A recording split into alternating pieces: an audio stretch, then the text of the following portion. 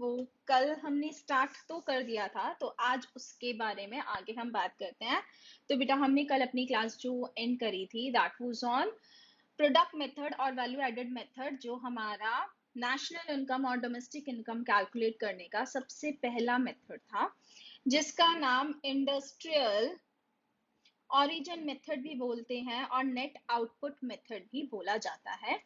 इसका जो फॉर्मूला था that was value of output minus value of intermediate consumption, और वैल्यू ऑफ आउटपुट को फर्दर क्लासिफाई किया, उसका फर्दर एक फॉर्मूला डिराइव किया that is sales plus closing stock minus opening stock. So this was the formula of value addition. और बेटा मैंने आपको बताया था कि इस वैल्यू एडिशन से क्या डिराइव होता है, तो बेटा इस वैल्यू एडिशन से डिराइव होता है जीडीपी एट एमपी। यहां तक हमने पढ़ लिया था। अब हम इसके ऊपर आज क्वेश्चंस करेंगे और मैं इसके बारे में आज और आपको डिटेल में बताऊंगी बेटा कि जो वैल्यू एडिशन होती है वो हम दो तरीके से कैलकुलेट कर सकते हैं। कौन से दो मेथड हैं बेटा?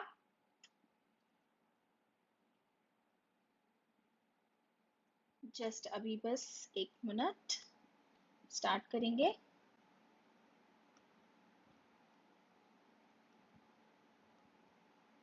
जी, तो कौन से दो मेथड हैं बेटा वैल्यू एडिशन के अंदर ही? पहला है final output method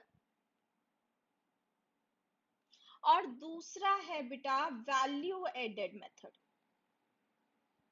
value added method, इसका मतलब क्या हुआ बेटा? हम जब वैल्यू एडिशन निकालते हैं तो हम दो तरीके से निकाल सकते हैं।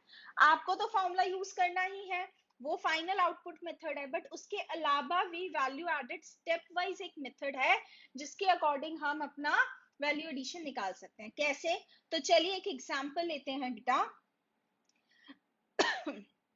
सबसे पहला बेटा, एक फार्मर था, फार्मर के पास सीड्स थे, ठीक है। उन सीड्स की वैल्यू थी 50 रुपए की, और उन सीड से उसने क्या करा बेटा? वीट उगा दिया, फसल उगा दी, और फसल की वैल्यू थी 500 रुपए, ठीक है। ये वीट खरीद कर ले गया, कौन खरीद कर ले गया बेटा? फ्लोर मिल वाला इस वीट को खरीद कर ले गया। तो ऑब्वियसली उसने 500 रुपए में खरीदा होगा, और उसने क्या करा? उसकी ब्रेड बना दी बेटा, सॉरी उसका बना दिया फ्लोर, ठीक है। अब फ्लोर जो बनाया वो 600 रुपए में बिक गया, और वो बिकने के बाद किसके पास चला गया बेटा? बेकरी वाले के पास चला गया। बेकरी वाले के पास गया होगा तो ऑब्वियसली उसने उससे कितने में खरीदा होगा?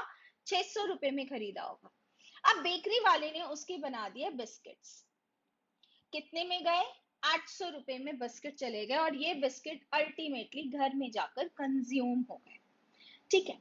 अब यहाँ पर वैल्यू एडिशन की अगर मैं बात करूं तो बेटा वैल्यू एडिशन में दो तरीके से कैलकुलेट कर सकती हूँ, जिसमें सबसे पहला आता है फाइनल आउटपुट मेथड, यानी इसके अंदर सबसे पहला इंटरमीडिएट कंजम्पशन, सबसे पहला, चाहे वो 0 है या कोई वैल्यू है वो ले लीजिए, और लास्ट के अंदर जो भी हमारी फाइनल प्रोडक्ट निकला है वो प्रोडक्ट जो घर पर गया था उसको ले लीजिए, और यहां से कैलकुलेट कर लीजिए अपना वैल्यू एडिशन। तो आपने लिया 800 रुपए फाइनल प्रोडक्ट माइनस सबसे पहला आपका इंटरमीडिएट कंजम्पशन 50 रुपए, यानी 750 रुपए का वैल्यू एडिशन हुआ, जिसमें फार्मर का भी कंट्रीब्यूशन है, फ्लोर मिल वाले का भी है, बेकरी वाले का भी है।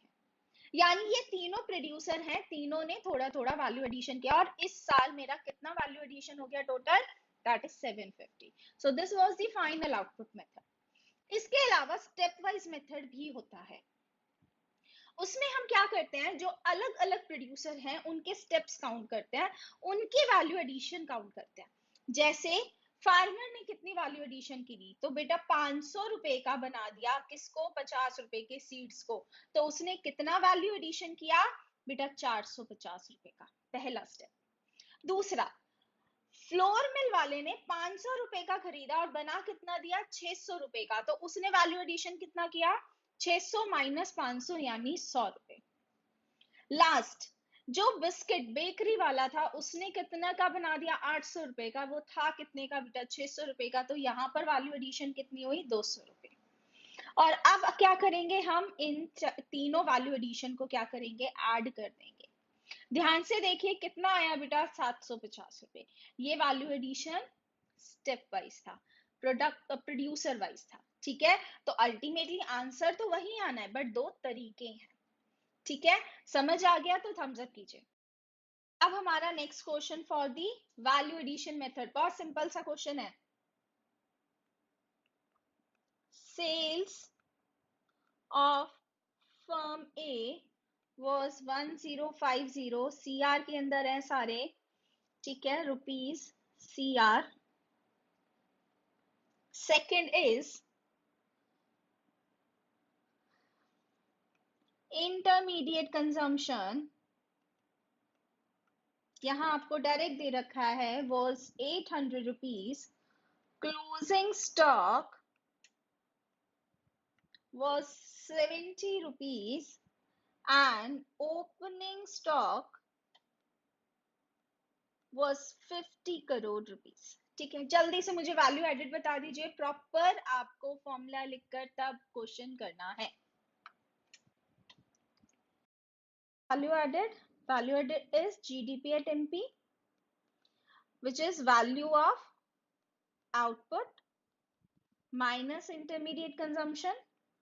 Value of output is equal to sales plus closing stock minus opening stock, ठीक है जी। तो आपको सेल दे रखी है बेटा, that is 1050, intermediate consumption is 800, closing stock is 70, opening stock is 50, तो दिस इज 1070। 1070 को आपने जब माइनस किया 800 से तो 270 रुपीज CR आपका आंसर आ गया, और आप सबका आंसर बिल्कुल ठीक था, वेरी गुड। चलिए जी नेक्स्ट क्वेश्चन करते हैं, और वैल्यू एडेड मेथड। तो बेटा ये क्वेश्चन आपका संदीप गर्ग के प्रैक्टिकल क्वेश्चंस का ही है, पहला क्वेश्चन है। यहाँ पर आपको value added by firm A और फर्म बी निकालना है। तो यहाँ पर बेसिकली आपको फर्म ए का अलग निकालना है और फर्म बी का अलग निकालना है। तो एक बार कैलकुलेट कीजिए, नहीं समझ आएगा फिर मैं करवाऊंगी। आंसर बताइए, value added by firm A और फर्म बी कितना है। आंसर देखते हैं, आंसर है फर्म ए का पहले निकाल लेते हैं। बट बेटा मैं जो क्वेश्चन करती हूँ मैं एक साथ करती हूँ, तो यहाँ पर लिखेंगे value added by firm A, और यहाँ पर नीचे आ गया value added by firm B. Value added का फॉर्मूला क्या है, value added is equal to value of output minus IC, and what is value of output is sales plus closing stock minus opening stock. Same हम यहाँ लिखेंगे, value added is value of output minus IC, ठीक है, and what is value of output, sales plus closing stock minus opening stock. बस अब हम figures पढ़ते जाएंगे और उसको यहाँ पर पुट करते जाएंगे, तो एक ही बार में हमारा पूरा क्वेश्चन हो जाएगा। तो सबसे कहता है sale by firm A to household, तो ये फर्म ए की सेल है, फर्म ए की सेल मैं फर्म ए के यहाँ पर लिख देती हूँ, 4000 रुपए। Next, sale by firm A to government, एक तो हाउस होल्ड को बेचा और एक गवर्नमेंट को बेचा, तो 5000 हमने यहाँ पर प्लस कर दिया, sale to government by firm A. Purchases by firm A, तो ये फर्म ए की परचेजेस है, यानी इंटरमीडिएट कंजम्पशन है। Sale by firm B, sale कितनी करी है फर्म बी ने, 2000, और purchases by firm B minus 1200, तो क्लोजिंग स्टॉक नहीं है तो नील और नील ले लिया बेटा, ये हो गया 9000 total, and this is 2000 total. यहाँ पर आ गया 3500 CR in rupees, and this is 800 rupees, 800 CR. So this is my answer for firm A and firm B. समझ आ गया? तो आपके वैल्यू एडेड क्वेश्चन का मेथड का सेकंड क्वेश्चन है, स्टार्ट कीजिए आराम से कीजिए, फिर उसके बाद मैं आपको ये क्वेश्चन करवाऊंगी। जितना आता है उतना कीजिए पहले। Value added by firm A and firm B for question number 2। मैं आपके लिए क्वेश्चन एक बार करके दिखा रही हूँ, तो लेट्स सी आप में से किसका आंसर ठीक है और किसका आंसर गलत है। तो देखिए ये आपका क्वेश्चन है, सेम फर्म ए और फर्म बी के बारे में है। मैं दोनों क्वेश्चन एक साथ कर कर चलूंगी, ठीक है जी। तो ये फर्म ए की बात है और ये फर्म बी की बात है। तो value added is equal to value of output minus IC. What is value of output? Value of output is sales plus closing stock minus opening stock. Next, B का भी लिख लेते हैं। Value of output minus IC, and what is value of output? Sales plus closing stock minus opening stock. ठीक है जी, ये लिख दिया। चलिए अब सेल बाय फर्म में टोटल सेल की बात कर रहा है, सारी की सारी सेल की बात कर रहा है, तो बेटा मैंने 100 रुपए ले लिए। Sale by firm A, purchases from firm B by firm A. कहता है परचेजेस फ्रॉम फर्म बी, यानी बी ने सामान बेचा ए को, तो ए ने खरीदा 40। ध्यान से सुनिएगा, यहाँ पर वो आपको घुमाएगा। तो बेटा ए ने खरीदा तो 40 रुपए बी वाले हैं, मतलब बी ने जो खरीदा, बी ने जो बेचा था ए को। मैंने लिख दिया यहाँ पर अपनी अंडरस्टैंडिंग के लिए, ठीक है। उसके बाद ये बी ने सेल भी किया है, तो चलिए बेटा ये बी की सेल है 40। मैं यहाँ पर ए लिख रही हूँ कि ये वो सेल है जो बी ने ए को करी है। Next, purchases from firm A by firm B. अब यहाँ पर परचेजेस फ्रॉम फर्म ए है, खरीदा किसने है? फर्म बी ने, और परचेज सेल किसने किया है? फर्म ए ने। तो बेटा फर्म बी ने खरीदा है 60 रुपए का, किससे? फर्म ए से। और बेटा ये फर्म ए ने बेचा होगा, तो लेकिन मुझे फर्म ए की सेल यहाँ लिखने की जरूरत है नहीं, क्योंकि यहाँ जब टोटल सेल दे रखी है तो क्या मैं उसकी सेग्रीगेशन लिखूंगी? नहीं लिखूंगी, ठीक है। तो मैंने 100 सिर्फ लिखा और थर्ड वाला पॉइंट के अंदर ए की जो सेल थी वो इग्नोर कर दी। फिर आया सेल बाय फर्म बी। अरे वाह, ये तो बड़ा अच्छा है, इसने तो फर्म बी की पूरी सेल दे दी मुझको। तो क्या मैं ये वाली सेल जो फर्म बी ने ए को करी थी, क्या वो मैं अलग से लिखूंगी? नहीं। अगर यहाँ पर उसने सेग्रीगेशन के बाद मुझे टोटल वैल्यू दे दी है, तो मैं टोटल वैल्यू ले लूंगी सेल की, ठीक है। आगे अब क्वेश्चन आएंगे, अगर आप देखना उसके अंदर आपको टोटल वैल्यू नहीं देगा, तो इसलिए मैंने इस बार इग्नोर किया, नेक्स्ट वाले क्वेश्चन में इग्नोर नहीं होगा। Next, closing stock of firm A. Firm A का closing stock of firm B 35 रुपए। Next, opening stock of firm A का ओपनिंग स्टॉक कितना है? माइनस कर दिया बेटा 25। Opening stock of firm B 45। Indirect taxes paid by both the firm. ये taxes कहां से आ गए? मेरे को तो नहीं पता टैक्सेस कहां से आए। टैक्सेस की बात बाद में करेंगे, अभी हम सेल और परचेज की बात करते हैं।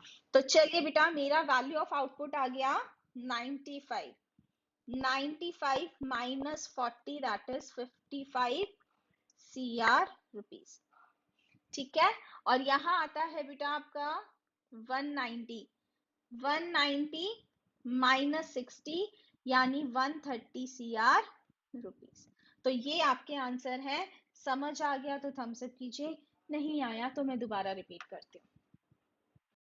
Question number 3 for value added method, जल्दी से कीजिए, फिर मैं आपको इसका आंसर बताऊंगी। का आंसर कैसे निकालेंगे? अगेन मुझे वैल्यू एडेड निकालना है, तो what is value added? GDP at MP लिख दिया। तो value of output minus intermediate consumption. Value of output is sales plus closing stock minus opening stock. एक बार फॉर्मूला लिखने के बाद मैं क्वेश्चन पढ़ना स्टार्ट करूंगी। तो देखिए, सबसे पहला, purchase of machinery to be used in production of unit. क्या मशीनरी परचेज मेरा आईसी है? ये तो मेरी इन्वेस्टमेंट है, नहीं आएगा।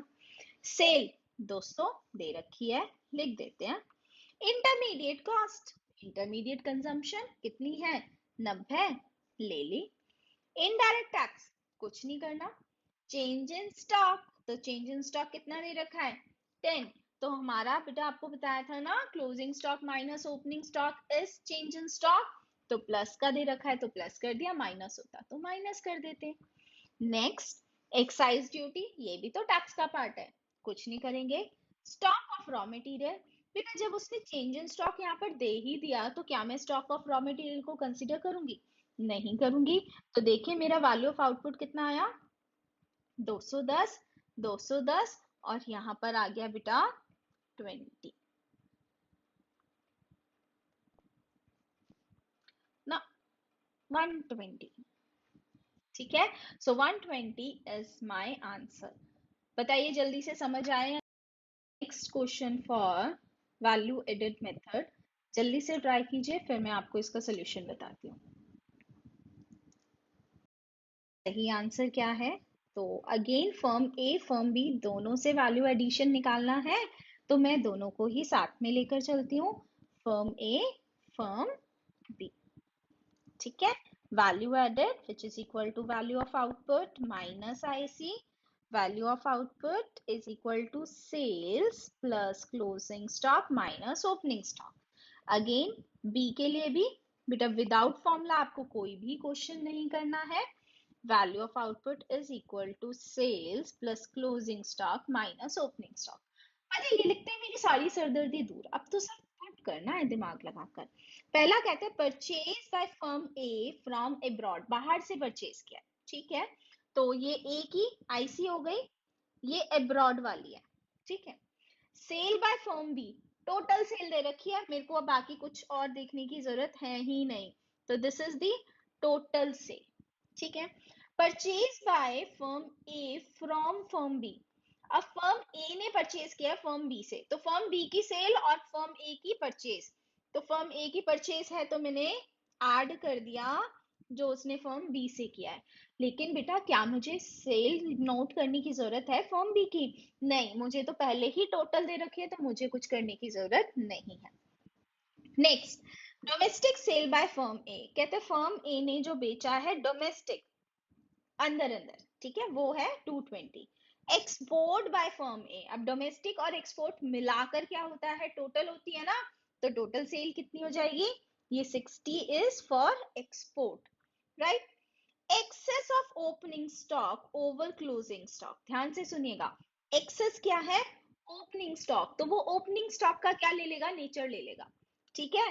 तो कहता है एक्सेस ऑफ ओपनिंग स्टॉक, और ओपनिंग स्टॉक को हम क्या करते हैं बेटा, माइनस करते हैं ना, तो इसको हमें क्या करना पड़ेगा, माइनस करना पड़ेगा।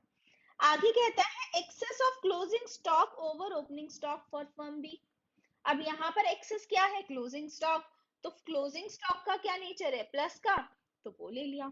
Last, purchases by firm B from firm A, तो फर्म बी ने क्या परचेज किया, 100 from firm A. Question complete, answer निकाल लेते हैं। तो दिस इज 240, 220, 260, 260 माइनस 160 है ना, तो this is 100 and this is in lakhs, तो 100 लाख रुपीस। तो पहला आंसर मेरा आ गया 100, राइट, वेरी गुड। ठीक है अदिति, आपका आंसर बेटा गलत है, ये आ गया 210, 210, और ये 110 lakh rupees. So my answer is 100 lakh rupees for the firm A and 110 lakh rupees, CR नहीं है बेटा, this is in lakhs, तो 110 lakh for firm B. Answer समझ आ गया तो थम्स अप कर